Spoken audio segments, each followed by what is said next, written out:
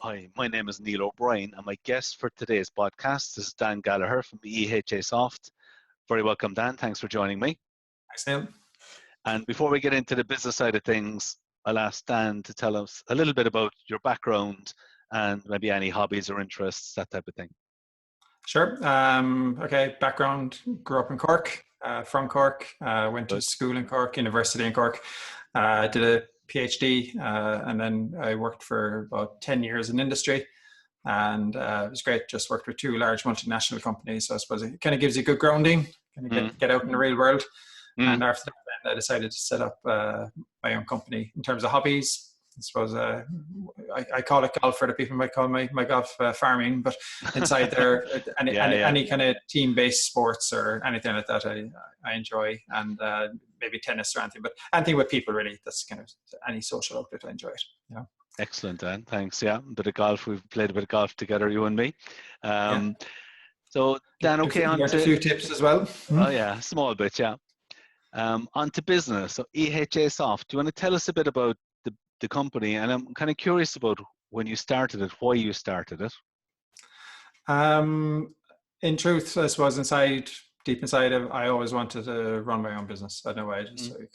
I like the idea of being my own boss in terms of that, but I suppose didn't know what I wanted to do. But having worked in industry for a few years and kind of in a compliance area, I kind of felt that was an area I enjoyed, and it was something I could probably do outside myself as well. So we started my own business probably back in about 2002, 2003, that side. And what we did then, initially we focused on doing training and consulting outside health and safety, environmental work.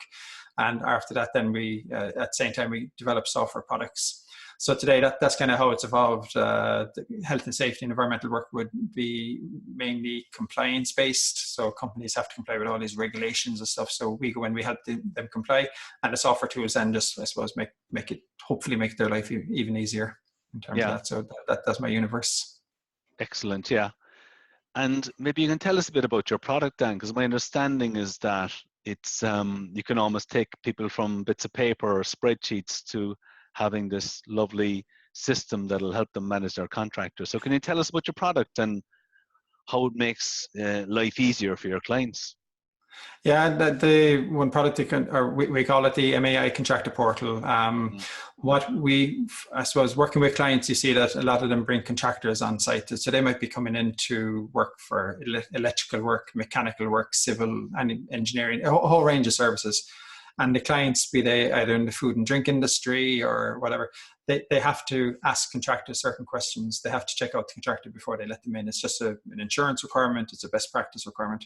So we figured out there's a better way of doing things outside there. Instead of the client working with an Excel sheet and sending out emails, which is still quite popular today, we created the online MAI Contractor Portal, and we've built a whole lot of features in. So what we do basically, in a nutshell, is we've made it really simple for our clients to bring contractors on site, and we've simplified the whole process. And that's what we're good at. We understand compliance, and we're able to work with our clients to understand what they want. And we work with different contractor companies out there as well. And we hopefully make their lives easier through all the tools we give them. Okay, sounds great, Dan. And in terms of sectors, you mentioned a couple there. Are there specific companies you can mention, as in, you have them on your website, or what type of companies have you worked with? The truth is, we tend to work in some of the larger companies, but we work with much smaller companies. The larger ones would be, like we'd say, the likes of Pfizer's, Johnson & Johnson, Leo Pharma.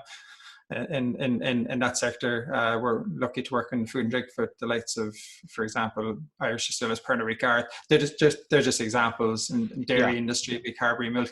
So these companies understand the need to manage contractors, and that's why we work with them to kind of refine what do they want, and then we communicate that to the contractors, and that's the universe. We work overseas as well. We've worked in Ireland. We work with some oil and gas like Circle K, but overseas we worked with the likes of Saudi Aramco. And we've done different projects for them as well. So the type of industry is less important. I suppose we just want to work with companies who have contractors, and make it simple for them to bring contractors on board. Ultimately, though, we work with contractors themselves directly. So We work with, like Brian would be a guy in a construction company. They do a lot of work with the ESB and other clients. So we're able to go in with them and say, look, okay, stop sending emails, minimize the spreadsheets, use our contractor portal, and you can keep all your safety statements and insurances and training records for all your employees up to date in our system. So we work on both sides with the contractors and with clients, particularly one client, Aoife, she was a medical device company in Galway.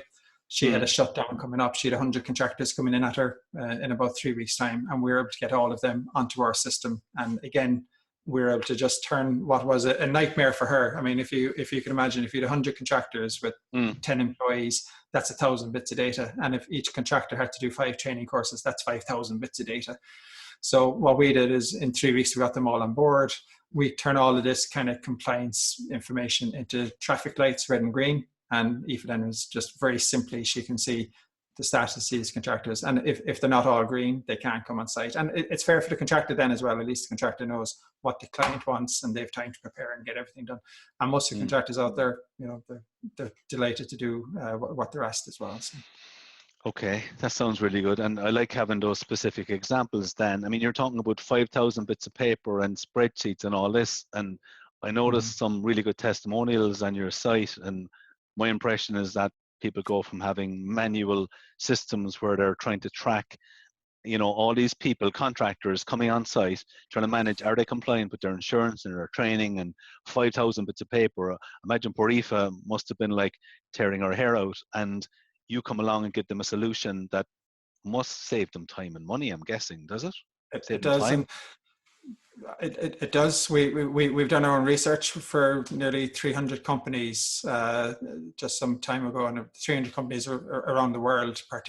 And we estimated that we can save about 85% of the time, because they can get rid of the Excel sheet, they can get rid of just using Outlook, and the work shifts back downstream, because a lot of the companies today, they have somebody inside. They might be making pharmaceutical products or medical devices or food and drink, but they have somebody inside just managing a spreadsheet, trying to get onto the contractors. And we're saying there's a better way of doing that. And so we free them up to do other tasks as well. And as I said, it works well. So from the contractor's point of view, the nice thing is when they go on their travels around to different clients, they're asked for the same information the whole time as well. They're asked for insurances, safety statement, licenses, permits. So once they put that on our system, they can share it as many times as they want with different clients as well. So that's why we call it the contractor portal. It's ultimately helping the contractors themselves stay compliant, stay on top of the game. And we're able to help them and advise them, and as well if they're not sure about different things. So it's definitely a time saver. The backdrop, I suppose, Neil, a lot of people aren't aware of it as well. In Ireland and the EU generally, there's significant legislation in place around health and safety. So in the worst case scenario, if somebody, let's just say, really messes up in terms of their health and safety compliance, the Health and Safety Authority could come in and they have powers to prosecute the contractors or the employers up to €3 million in fines and up to 2 years in jail. And a lot of people used to think, oh, that could be just, say, company directors and so forth. It's not. It could be anybody who's found to be negligent at any level in the organization. So the backdrop is significant in terms of the potential penalties and fines. And that's what we're just trying to do, is just keep it simple. We're trying to say, look, the information we have it laid out in the portal, this is what you're expected to have, and just work with us and stay compliant. Okay, Dan. That sounds really good. Those fines sound pretty serious. 3 million fines if people are not compliant. So can you tell us, what does it mean by not compliant? Can you give examples of scenarios where somebody isn't compliant, and if the worst thing did happen, there was an accident? What can you just explain maybe a bit more about that, please? Sure. And again, there were worst cases. Just the Health and Safety Authority have the power to come in and prosecute. They don't want to. The Health and Safety Authority will want to be seen as somebody you go to and ask for advice, but those powers exist. Okay, but it's rare that they'll want to come in. Obviously, but the fines might be more often they're of lesser value. But inside a company, the main challenge they'd have is if somebody came in and a contractor came in to your company today and they burnt the place down. Well, where is it at? Who's going to pay that bill? If they come in, they have a fatality. It's been shown clearly in research that a fatality in any company will result in costs of over €1 million. by the time they pay all the costs, investigations, and etc. So all of these things are reasons why compliance is such at the forefront of any serious organization in terms of keeping their employees and contractors safe. So from the point of view of our system, that's what we're about, just to try help our clients make sure they're not letting bad contractors coming in. We try to view our system as like if you like, a firewall around the company to keep out the bad guys. So it's up to the contractors then to prove to the different companies they work with that, look, we're aware of these health and safety regulations, we're good, and we have a great track record.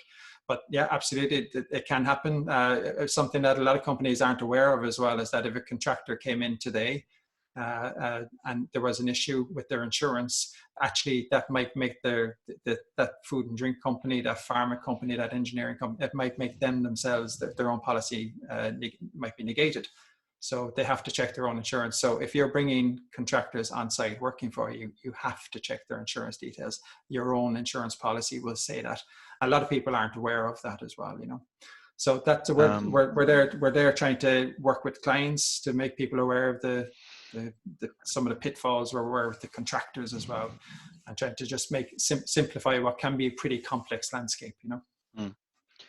So are you saying then that there's what do you call the client company? So that's the food company, the drinks, the pharmaceutical company. You're saying Absolutely. That if they're bringing contractors onto site to do all kinds of electrical, mechanical, catering, IT, all these contractors coming in who are not employees, they're on site. If there's an accident and that contractor, let's say a mechanical contractor, is not compliant in terms of their insurance or their staff aren't retrained properly or whatever, that could have impact on the pharmaceutical company's insurance.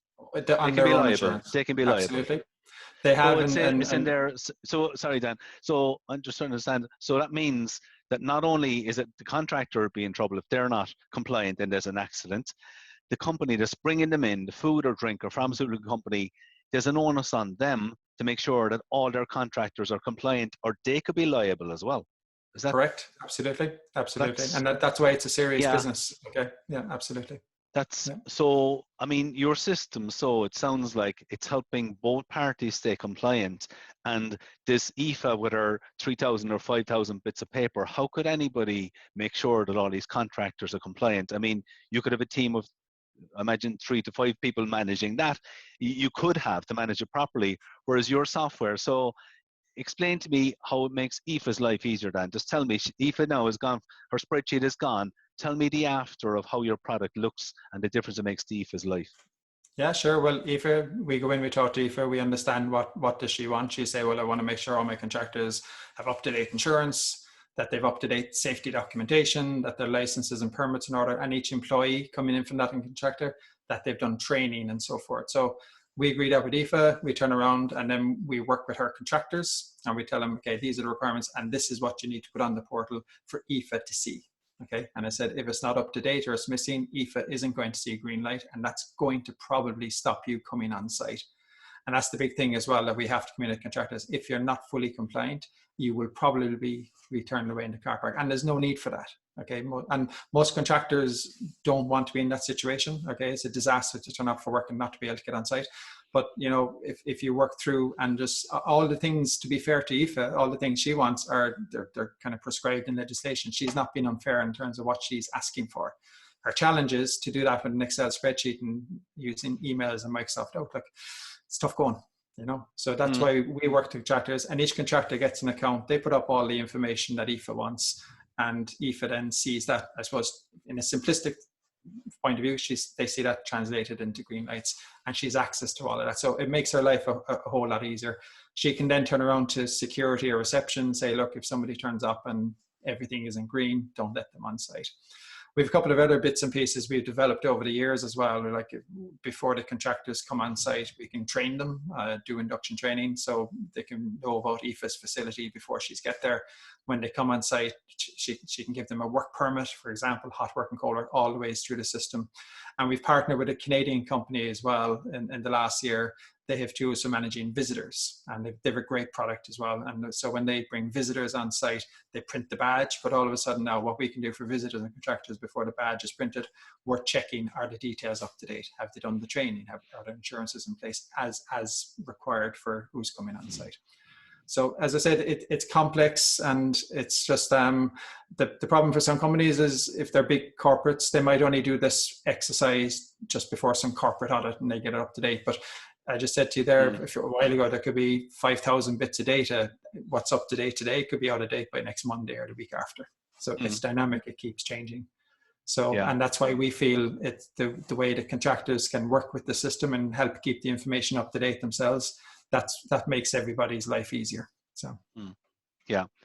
And you mentioned there, Dan, about the contractors, if they're not compliant. So let's just say if some of their staff aren't trained, if their training is up and they need to get retrained, or their insurance has just run out or whatever, and they rock up at security, that your system will tell John in security or whoever it is, these people are not to be allowed on site. I mean, that's a disaster for the contractor. The contractor's going to be out of pocket. And what about the client who they're coming on site to do a job and now they're not left on site? So it's bad news all around. None of us want that, but it's completely unnecessary. I mean, to be honest, you weren't told about the system driving into the car park. Lots of contractors will know about it. And what Aoife wants, it's every other client company this contractor works with, Aoife, with Brian, anybody else. They're all looking for the same stuff. This is kind of, this wouldn't be uncommon. So there's really no excuse for contractors not to be compliant, and we're just giving them an easy way to demonstrate that they're compliant, they're aware of these regulations, and ultimately it's a tool to help themselves stay compliant. That's what we want. Everybody wins if the contractor is up to date with the information. Aoife wins. It makes our life easier, and it certainly makes the contractor's life easier. Yeah, very good. And there was a couple of great case testimonials on your website. It was Leo Pharma and Pernod. Like, it sounded like it was only 4 or 5 lines, but I mean, just reading it sounds like it made a huge difference to the lives of the people who were managing these contractors on those sites, did it? Yeah, no, it does, absolutely. And I mean, I said, put it like this, if something goes wrong inside in these companies, it's generally the people in the health and safety department are going to be the first on the line to say, well, why haven't you all this information? Why weren't you checking it?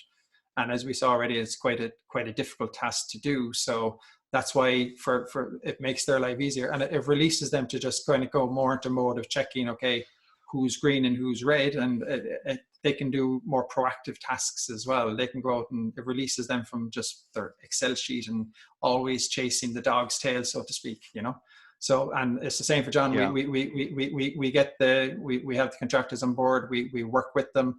There's always, we work with the clients to make it inside in the company as well, because John has to work with his engineering counterparts. It's the engineers who will be bringing in these contractors, the civil guys, the electrical and mechanical. So it'll be a team effort inside in the companies to just say, this is the way we need to operate, and this is the portal, and this is how we're going to get it. This is how it's going to become part of our modus operandi. And when we get to that level, then the system really just, it becomes part of the furniture, and the contractors know the client is serious. I think that's the real thing. When the contractors see that there are these portals, they know the client has certain expectations. But I think from the client's point of view as well, when the client knows the contractor is on the system, it just means they're aware of these requirements. They don't have to take time out, educate them about the law of the land and so forth, You mentioned portal there a few times, Dan. Can you tell us more about what's the portal? It's just a name we've given it over the years. Our core branding product is MAI, stands for Measure, Analyze, Improve, and the tool that's been very popular for us is the contractor portal. That's why we call it the MAI contractor portal. And that's it. I suppose if you consider it, it's in the cloud, this contractor portal, and the contractors come in, they put up all their information on the system, and then our clients log in and they can see that the relevant information for them. Yeah. So it's just a name we've given it, and that's stuck. So. And imagine, Aoife's ears would be burning, but I mean, she's just an example. I know there's lots of other people, working in health and safety departments that your products have made a big difference to. So imagine Aoife does some budget cuts where she's working, and they come along and say to Aoife, we're taking away the portal, MAI Dan software, you're back to your spreadsheet. How do you think Aoife might react? Typically for IFA, the good news is that the way we structure it, the contractors create their own accounts on the system, and it's a very low level subscription. You're talking just a couple. We have a very fair system where it operates, but for a couple of €100, €200-300, the contractor can put up their information and they share it with all their clients. So this is something any contractor can use outside there. So IFA is just looking in on the system. So from IFA's point of view, she doesn't have big capital overheads to worry about getting on board with our system. And that's the great tool. We have other options as well for IFA, but where we can do the online training for all the contractors and visitors and the work permits. But the portal itself, she can use that today, and she can get out there. And that's what we're saying to people, you know, this is a tool, it's available, come out. And even for contractors who just want to come in, contractors can create an account themselves if they want, just use it. We just have a small nominal charge if they want to share their information with other people. But if not, and they just want a great tool to keep up to date, contact us and we set you up with your account today. Okay, excellent, Dan. What else would you say? What would you say to somebody who's thinking of getting your product in? They're humming and hawing, they're sitting on the fence. What would you say to somebody? I think if you have more than 30 contractors, you're probably spending too much time managing it. I think if you've only a handful, okay, you might decide you can do it in Excel. But as I said, for the simplicity, for the peace of mind that we can deliver, for the fear some people have as well that they're going to get it wrong. Some of our clients, they start off, they weren't sure, what do we need to manage? I know insurance, but what else should we be checking? And we can come in, we work with them, say, well, look, it'd be good to be checking these other things as well. So we give them peace of mind, and we can take away that fear. And nothing more, we'll talk to people as well. We'll explain how it works. And the way, really, I suppose, the way we like to see it is that our clients help the contractors to raise their own bar in terms of their own performance. There are lots of very good clients out there today, companies who food and drink, medical device, oil and gas sector. There are lots of people who are aware of these requirements, and there are lots of contractors who are very, very good. But there's also people out there who just aren't aware of the landscape, the pitfalls. As I said a while ago, the fact that their insurance might be negated if a big company brings in contractors and they're not checking the details. Not many people, in my experience, are aware of those criteria as well. Yeah. So, I mean, it sounds like a no-brainer, Dan. You're saying, you mentioned their time and peace of mind. So your product, you mentioned earlier on, 85% time saving people who use it, it'll help them stay compliant. So it means they're minimizing the risk of getting slapped with a fine of €3 million or more. But maybe more importantly, if there was a serious accident on site, I mean, that can be a big damage to the company's reputation and insurance costs, and who wants that? So your product can help minimize the chances of accidents happening as well. Well, that's what we said. We like to view it as like a firewall around it. So if the client is clear about their requirements and the expectations, or the food and drink companies, the IFAs and the Johns and so forth, as long as they're clear about what they want, then, you know, the contractors will understand. And really, there'll be certain contractors just won't be able to get onto site. They won't be able to meet those requirements. So it's up to the contractors to raise their game and say, yeah, we're aware of it and we want to comply. You know, so, and it just absolutely saves them. And we had another interesting statistic back along. We found in the same survey of 300 companies that 67% of the client companies, that's the people in the food and drink and the pharma, weren't even checking insurance details coming in. So they weren't checking, they weren't even looking for them, you know. They weren't even checking the background of where did this contractor come from. You know, they were just turning up at reception and stuff. So they've no idea the background, the history and stuff like that, which is a shame as well. And, you know, these companies, there's just too much at risk. You're bringing a third party in among your own employees, among your own processes. You have to get this right. So. Did you say almost 70% of the food and drinks and pharmaceutical companies are not checking their contractors to see if all their paperwork is in order? Is that what you're 70%? We surveyed 300 companies internationally, and it wasn't, I said companies like in the food and drink and pharma, but it was a very broad spread. And of them, nearly 67% were not even checking insurance details of contractors coming in. 67%, you know. So, and that's that's the gotcha. But then does that mean they're leaving themselves wide open? Absolutely. You know. So yeah, and you know, again, it's your product can help them stay compliant and minimize risks of all these things happening that nobody would want happening. Yeah. Yeah. Well, we just make as I say, we like to view it that we level the playing field between our clients, the pharma, the food and drink, the medical device, chemical, whoever, and the contractors. We're kind of in between. So we say, well, look, this is what these companies expect from you, Mr. Contractor, before you go on site. And then we go to the contractor and we say, well, this is what you need to do to get compliant to meet them. So we're in between, and we're able to listen to the clients, because sometimes we've worked with some companies in the States, and one company in particular, they actually had 4 separate procedures for managing contractors. 4. So, and we can say, well, okay, how many of these has any contractor even heard about? And the chances are probably none. So we're managed to consolidate it down. Okay, what do you expect your contractors to do? And then we relay that over then to the contractors. So in between, level the playing field and make it fair for everybody as well, but set the standard. You have to set the standards, and compliance at a minimum. That's the way we view it, compliance at a minimum. Yeah. Okay, Dan, excellent. That was brilliant. It sounds like you have a fabulous product that every medium, large size organization, manufacturing company should have if they're bringing contractors on site, to save them time and money and minimize the risk of them something serious happening and getting slapped with fines. So like, there's tons of benefits there. It's a great product. And look, Dan, thanks very much for your time today. No problem, Neil. Thank you as well. Thank you. If anybody wants to reach out, they can go to ehasoft.com. They can contact me directly, Dan at ehasoft.com as well. Even for just a chat or some advice, we'd be happy to just let them know what we do and what's out there, and just even give maybe some tips or anything if we can. Delighted to. Yeah, excellent, Dan. Thank you. That was reminded me of the question I meant to finish up with. But Dan, thanks very much. That was brilliant. Thanks for your time today. Thank you. Cheers. Bye-bye. Thanks, Neil. Bye.